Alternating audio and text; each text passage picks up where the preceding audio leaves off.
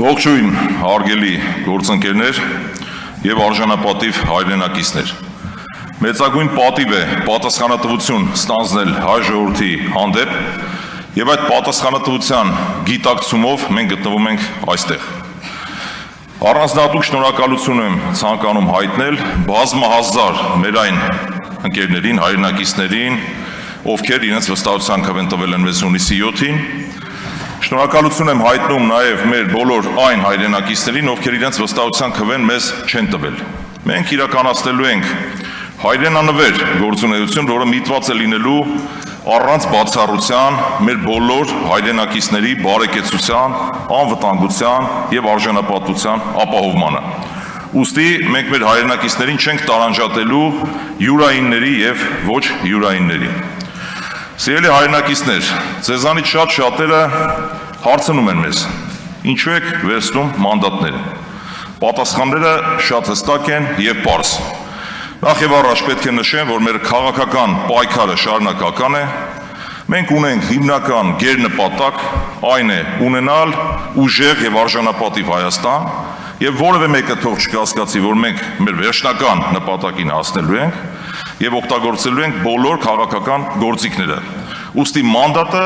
պետք է դիտարկել որպես քաղաքական գործիք ընդամենը, ոչ թե բարեկեցության միջոց, ինչպես շատերը կարծում են։ Մենք վերցրել ենք մանդատները, որ հայ մնանք, պայքարենք հանուն մեր ազգային արժեքների, պաշտպանենք մեր արժանապատվությունը, մեր ինքնությունը եւ վերջապես մեր հայ առաքելական Սուրբ եկեղեցին։ Մենք վերցրել ենք մանդատները, որ Բաքվի եւ Հայաստանի բանտերում ապօրինաբար գտնվող մեր քաղաքբանտարկյալների վերաբերյալ փորձենք լուծումներ գտնել։ Մենք վերցրել ենք մանդատները, որ ստի եւ կեղծիքի դեմ պայքարենք։ Եվ անընդհատ խոսվում է, որ եղել են իբրև թե ընտրակաշառքներ, այնինչ չեն խոսում, որ գիշերը ժամը 2-ին դադարեցվել են ընտրությունները, փոշիացվել են շուրջ 60,000 մեր ընտրողների ձայներ եւ նույն տրամաբանության մեջ նախընտրական փուլում, որը ոչ այլ ինչ է, քան նույն ընտրախախտում կոչվածը, իրականացվել է ագրեսիվ քարոզարշավ։ Եվ ես որպես բանական մարդ երբեք չէի պատկերացնի, որ մեր հայրենիքում կլինի գեթ մեկ մարդ, ով կհավատա, որ ընդդիմության հաղթանակի պարագայում իրենք գնալու են Դոնբաս կռվելու։ Եվ քանի որ մարդիկ գտնվել են մոլորության մեջ, ես վստահ եմ, որ նրանցից շատերը կայացրել են սխալ որոշում, չունենալով այլընտրանքային ինֆորմացիայի աղբյուր, դիտելով հանրային հեռուստաընկերություն եւ տրվելով այդ ագրեսիվ եւ կեղծ քարոզին։ Ուստի նաև դա մեր հիմնական նպատակներից մեկն է։ Սիրելի հայրենակիցներ, մենք բերելու ենք նոր քաղաքական մշակույթ։ Մասնավորապես, մեր քաղաքական գործունեությունից սկսած առ այսօր, մենք գերազանցապես կամ հիմնականում խոսել ենք հիմնականում մեր անելիքների մասին, թե ինչ ենք մենք անելու, այլ ոչ թե ընդդիմախոսներին սևացնելով, սև PR տանելով, մենք մեր վարկանիշը փորձենք բարձրացնել։ Այդ նոր քաղաքական մշակույթի մեջ է մտնում նաև այն, որ ընտրություններից ընդամենը օրեր անց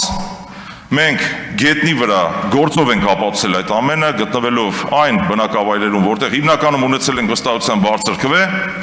գույքագրել ենք մեր հայրենակիցներին հուզող խնդիրները եւ օպերատիվ արագությամբ, այսպես գերօպերատիվ կերպով ընդամենը օրեր անց այդ խնդիրների շատերը լուծում են գտել։ Ես մեր հայրենակիցներին կոչ եմ անում հավատը եւ հույսը չկորցնել։ Մենք շարունակելու ենք իրենց կողքին մնալ, մենք ունենալու ենք հզոր տնտեսություն, ունենալու ենք ուժեղ Հայաստան։ Սիրելի հայրենակիցներ, հաշվի առնելով այսօրվա օրակարգը, պետք է որ իմ հարցերը հիմնականում ուղղված լինեին ազգային ժողովի խոսնակի տեխնացուին։ Բայց ցանկանում եմ անկեղծ գտնվել, անկախ նրանից ինչ հարցեր կբարձրացվեն, չեմ ուզում հարց տալ ընդամենը հարց տալու համար։ Միևնույն է, այն անձը, ում առաջադրել է քաղաքացիական պայմանագիր կուսակցությունը, ընտրվելու է։ Բայց այդուհանդերձ ցանկանում եմ երկու հռետորական հարց ուղղել, բնականաբար պատասխան չակնկալելով, հակառակ պարագայում հարց կհնչեցնեի տեղից եւ հետեւությունները կթողնեմ մեր հայրենակիցներին։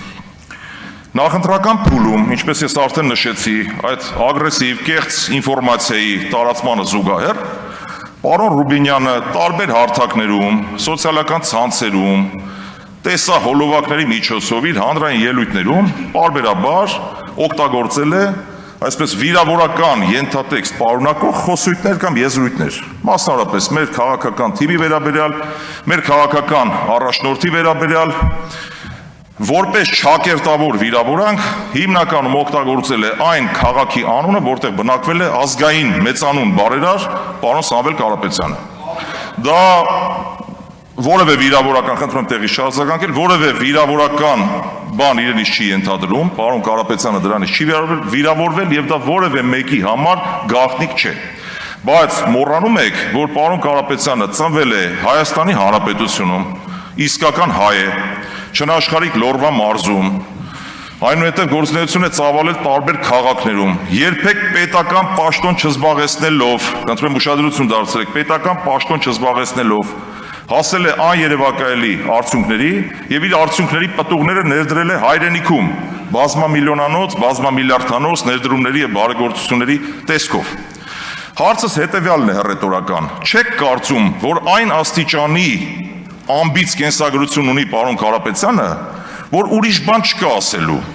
Այն քաղաքը, որտեղ նա բնակվել է, օգտագործվում է որպես վիրավորական եզրույթ։ Սա մեկ, եւ երկրորդ, ես հարցս ուղղում եմ պարոն Ռուբինյանին եւ շատ ու շատ այլ քաղաքացիական պայմանագիր կուսակցության ներկայացուցիչների։ Դուք հասկանում եք արդյոք, հարցը շատ լուրջ եմ իդեպ հնչեցնում պարոն Ռուբինյանի ասած բարեկիր ձևով, թե ինչ է նշանակում օլիգարխ։ Օլիգարխ բառի իմաստը հասկանում եք թե ոչ։ Եթե ոչ, բացատրեմ շատ մատչելի կերպով։ Օլիգարխը այն անձն է, ով տիրապետելով մեծ ֆինանսական կապիտալի ազդեցություն ունի պետական համակարգի վրա։ Հարցս հետևյալն է, պարոն Ռուբինյան, դուք կարող եք ապացուցել արդյոք, որ պարոն Կարապետյանը ազդեցություն ունի պետական համակարգի վրա։ Նաև հաշվի առնելով այն հանգամանքը, որ ազգային ժողովի խոսնակի թեկնածուն պետք է ունենա որոշակի հատկանիշներ, այն է գնահատի իր խոսքի արժեքը,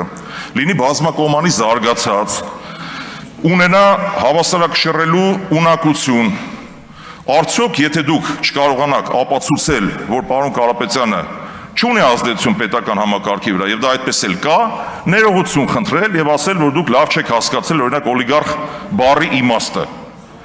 Ես պատասխան չեմ ակնկալում, բոլոր հետևությունները թողնում եմ մեր հայրենակիցներին։ Շնորհակալություն ուշադրության համար։